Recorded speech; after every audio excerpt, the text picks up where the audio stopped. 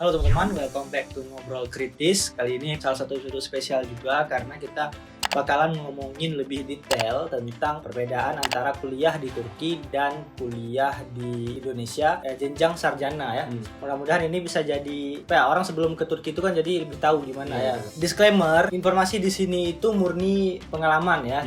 Kita rasain ya. Kita di sini di Karabuk ya. Kali ini kita udah kedatangan bintang tamu spesial. Oke teman-teman, halo sahabat tukar pendapat ya. Tukar pendapat udah nih. Tapi ini sebelumnya tukar pendapat. Perkenalkan, nama saya Ahmad Syauki Hanan, bisa dipanggil Syauki. Saya di sini mahasiswa jurusan manajemen bisnis di kampus Karabuk University. Ya, sekarang udah mau masuk semester 2, teman-teman. Mohon doanya. Aku kebetulan sarjana di Indo. Syauki juga pernah ya sebelumnya di Indo ya. Kayak apa nih, persiapan kayak pra sebelum masuk kampus gitu. Berarti dia institut nggak atau gimana dia? Lembaga pendidikan. Lebih ke kayak akademi gitu, Bang. Lembaga akademi. Mungkin dia mirip kayak Lipia gitu ya. Iya. Mungkin yang teman-teman yang tahu Lipia mungkin yang lebih kurang seperti itu lah.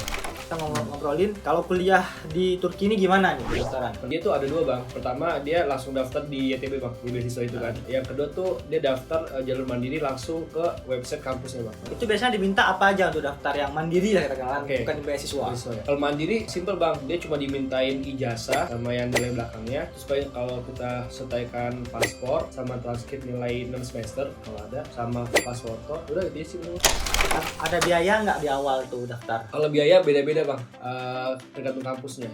Kayak kemarin tuh pas saya sebelum sini tuh saya tuh beberapa daftar ke beberapa kampus, ada 6 apa. Cuman tau saya ada 2 itu di Karabuk sama satu lagi saya lupa di kampus mana itu yang berbayar. Berapa tuh bayar di Karabuk waktu itu ya? Waktu itu pas saya daftar tahun 2020 350 lira, Bang. 350. Iya. Berarti 700 ribuan aku bayar. 700 ribuan ya teman-teman ya. Itu untuk di Karabuk ya. Mungkin univ lain beda ya. Tapi beda. Ada yang lebih murah, ada yang gratis, Bang.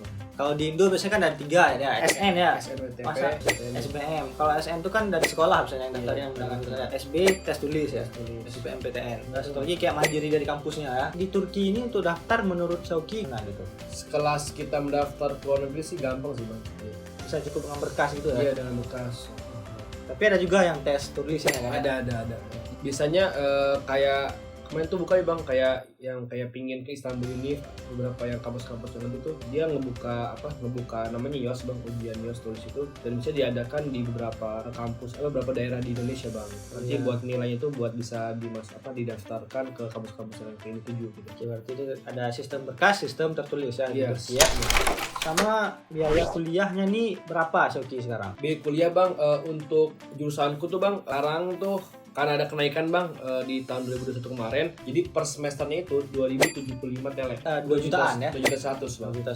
2.100.000 itu per semester. Per semester. Oke. Lumayan murah lah Lumayan murah, Bang. Tapi kadang beda-beda ya itu di Karabuk. Di Karabuk beda-beda, Bang. Kayak nanti gantung kampusnya, ada kampus lama yang udah harusnya lambat, yang udah terkenal lah. Itu lebih mahal lagi gitu. Ada juga yang swasta, Bang. Ya, ini kan kita negeri ya, PTN. Nah, kalau yang swasta lebih mahal lagi, teman-teman. Jadi kayak bisa di atas 10 jutaan gitu. Dan tergantung jurusan juga, Bang. Kalau jurusan kayak teknik, kedokteran, macam-macam, atau apalagi kayak kita ngambilnya itu pakai bahasa Inggris full. Teman-teman kalau mau nanya berapa biaya kuliah sana, kami cuma bisa jawab versi Karabuk doang. Iya. Univ lain kita belum tahu ya. Belum tahu. Kalau mata kuliahnya nih, satu semester tuh biasanya berapa yang udah dijalani? Kalau kemarin saya yang matkul wajibnya 8, Bang. Terus matkul pilihannya tuh bisa 1 bisa 2. Jadi ibarat itu saya ngambil 10 matkul. Nah, berarti kayak bilang tadi ya, kalau IP-nya tinggi, apakah bisa ngambil mata kuliah senior ntar di semester depan? Tahu saya enggak sih, Bang, karena kita kan di Karabuk ini kan sebenarnya AKTC, Bang ya. Jadi kayak kemarin tuh pas saya pingin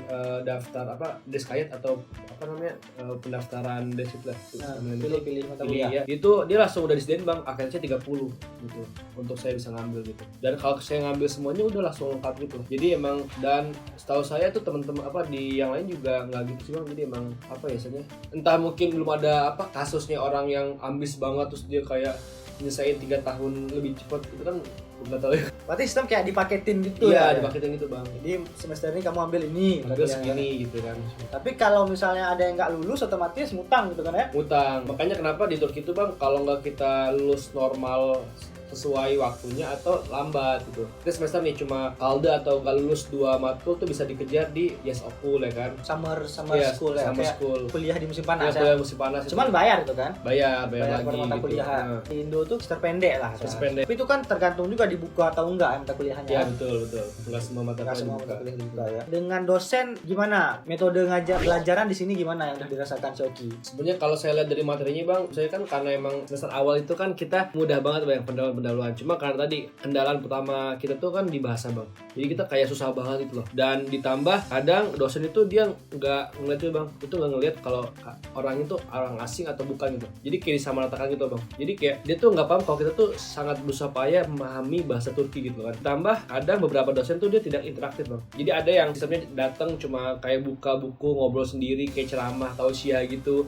Ada yang berusaha interaktif nulis nanya di papan tulis nanya-nanya juga ada gitu. Jadi apa ya, tapi kalau secara umum sih ya kurang interaktif lah, apa namanya secara dosen sekelas Eropa gitu loh sih yang saya harapkan kayak gitu loh kayak. Tapi ya mungkin ini saya baru semester awal mungkin ya, nggak tahu di kampus lain gimana gitu. Maksudnya kalau di Indo kan mungkin pengalaman tuh emang rata dosen ada tugas. Di sini tugas juga. Tugas ada bang, Kerja cuma kelompok gitu. saya pas semester awal kemarin saya cuma 1 matkul doang yang kita disuruh bikin kelompok presentasiin gitu. Sisanya nihil sih bang, nggak ada gitu. Tanya ke kawan-kawan yang kuliah di Turki, ternyata emang gitu, jarang tugas ya. Jangan tugas ya bang. Apakah ramah orang Turki kok orang Turki nih? Iya, itu bang di kelas saya tuh kadang tuh anak orang Turki cuma 5 bang, sisanya orang asing semua gitu. Aduh.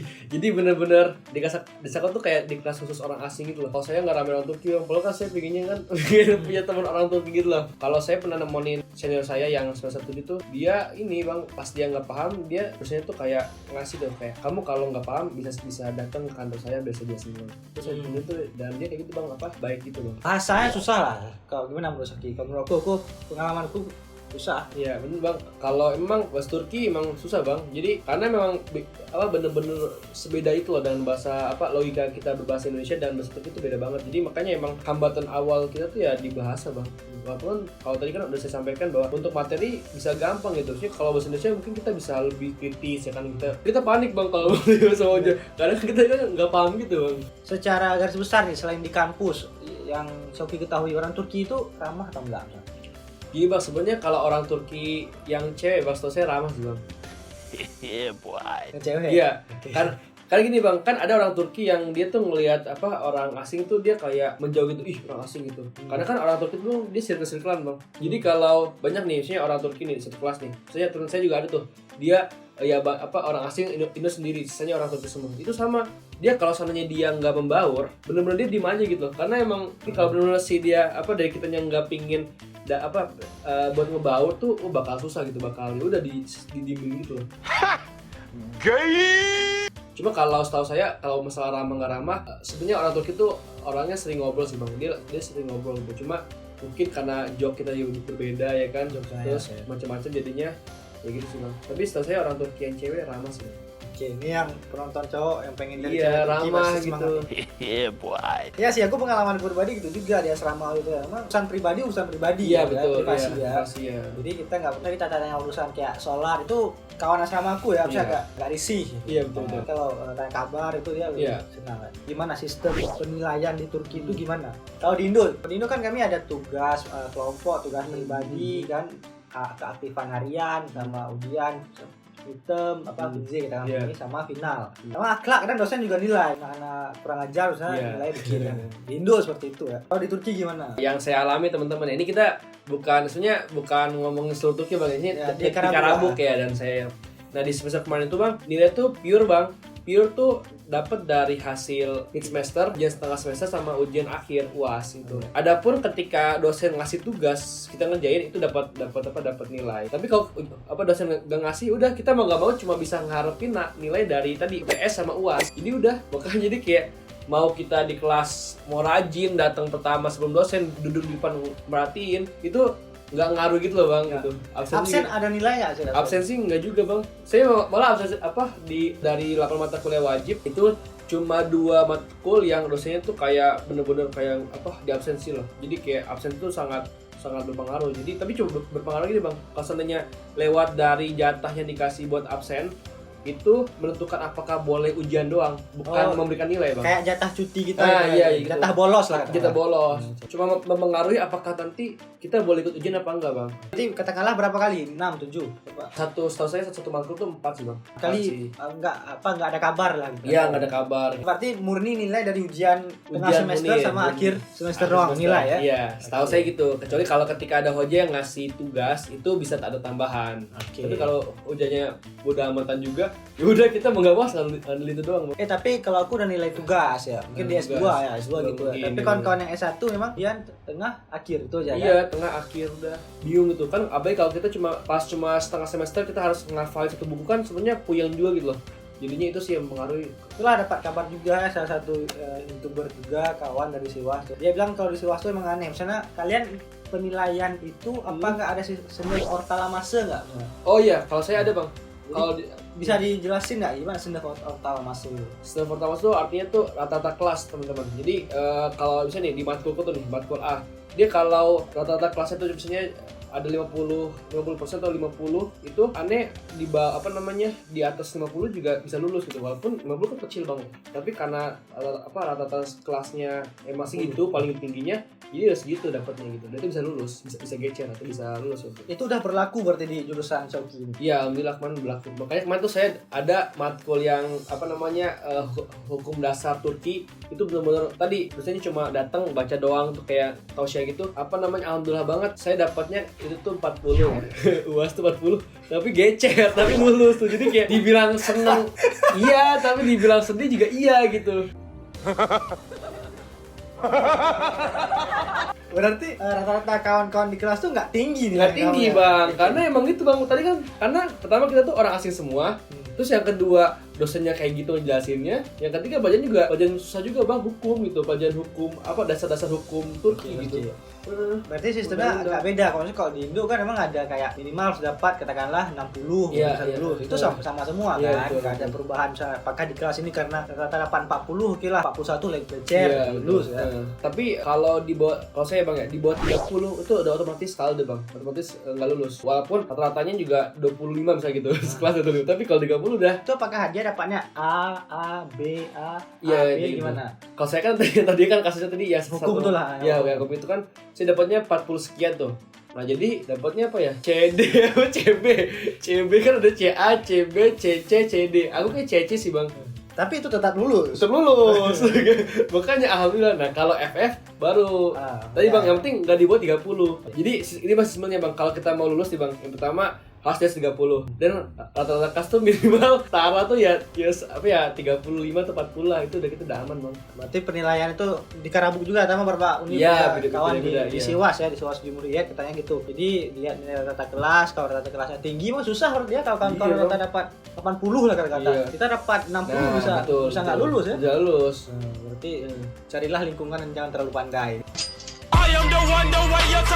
Betul, sama itu bang di angkatanku bang, dia ngambil jurusan yang lain, tapi kalau dia dapat sekelas itu OT semua bang, orang OT semua. Jadi di pelajaran itu dia nggak lulus, sama juga nilainya rendah juga gitu. Cuma ternyata teman-teman lainnya ternyata kan orang Turki tinggi semua, jadinya karena tinggi atau tertinggi dianya rendah jadi nggak lulus.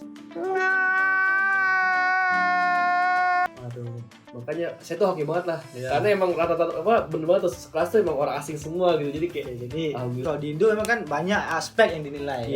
Betul. Tapi emang di Karabuk katakanlah seperti itu. Berarti menurutku pribadi agak susah ya kita, karena bergantung di dua itu ya. Iya, bergantung itu. UAS sama Vize ya. Vize itu midterm kan.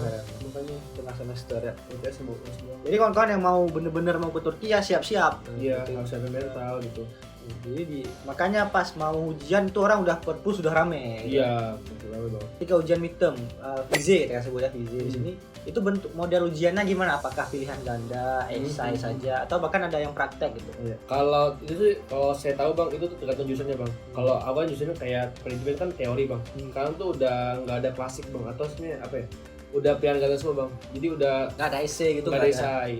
Walaupun sebenarnya di tahun yang lalu ada bang, di tahun-tahun sebelum itu ada, cuma di tahun sekarang tuh kayaknya dirataan semua itu dengan ganda. Terus ujiannya online juga versi bawa HP gitu ya? Oh iya, ujian tuh online tapi di kelas. Bawa Jadi, HP sendiri Iya, ya? bawa HP sendiri, bawa HP atau komputer, laptop gitu. Dari aplikasi itu ya? Aplikasi ya, jadi ada aplikasi khusus yang dari kampusnya kita itu buka langsung ajain. Ini mungkin gerakan unik untuk hemat kertas Iya, ya? untuk hemat. untuk go green lah bang ya. Berarti emang rata-rata kawan juga tanya yang beberapa jurusan lain di Karabuk terutama memang banyak yang pilihan ganda ya. Betul, ganda.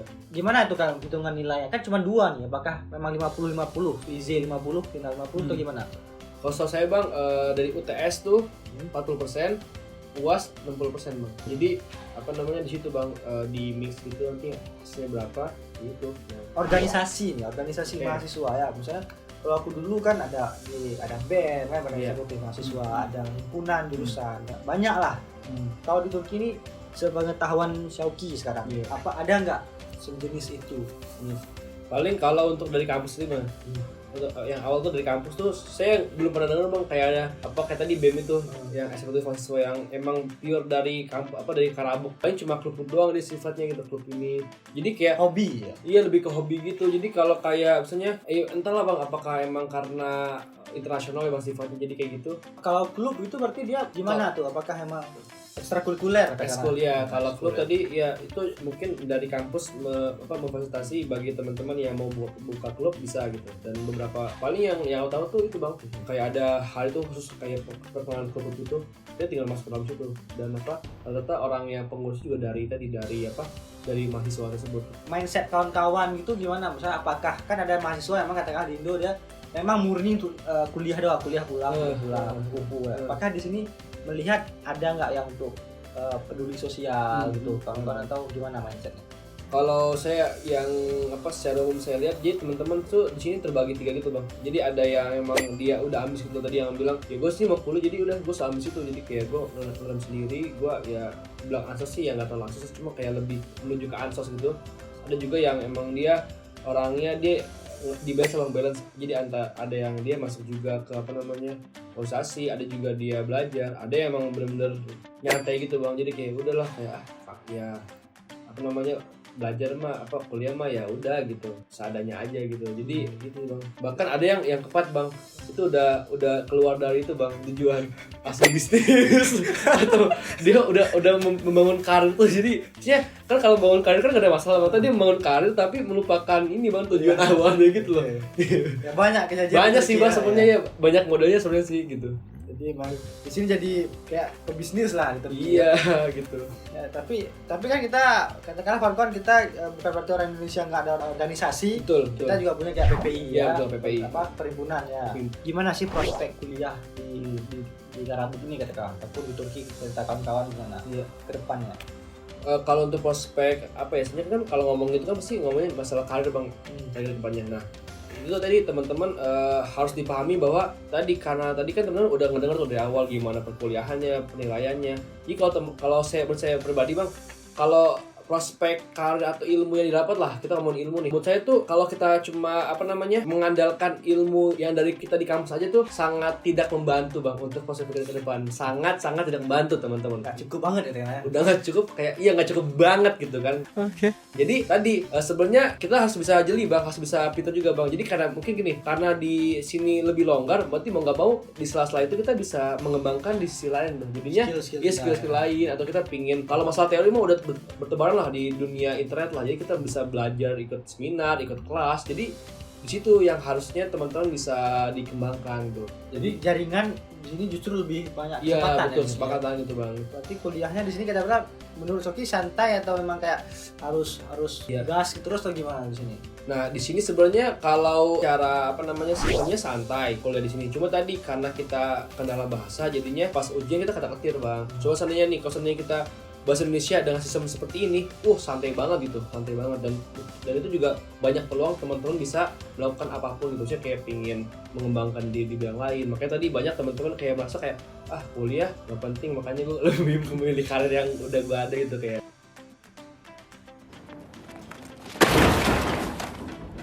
Gitu. Jadi gitu, karena tadi makanya harus bisa Jadi teman-teman harus bisa ngatur strategi yang tepat gitu. Mungkin ya itu ya kawan-kawan ada dapat gambaran gimana perbedaannya ya. Mungkin di Indo juga kita bersyukur karena masih pakai bahasa Indonesia. Betul. Tapi kalau untuk sistemnya mungkin lebih kompleks ya, ada Kompleks, tugas dan betul, sebagainya. betul. Penilaiannya juga kompleks, tapi kalau di sini penilaian ya rata-rata ya. Ada juga memang dosen yang menilai tugas ya. Semuanya kembali ke kawan-kawan gimana penilaiannya. Atau ini tesis juga dibahas juga sih sama kawan kita di channel Osmanesia. Tesis itu tergantung skripsi katakanlah.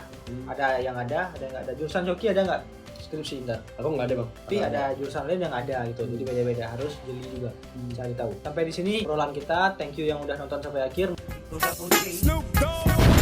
Mohon maaf kalau ada kesalahan kata. Ku Andrian undur diri dan Oke, berdiri. oke. Semoga bermanfaat teman-teman. Kalau ada pertanyaan silahkan tanyakan. Jangan lupa like, comment, dan subscribe karena subscribe itu gratis. Oke.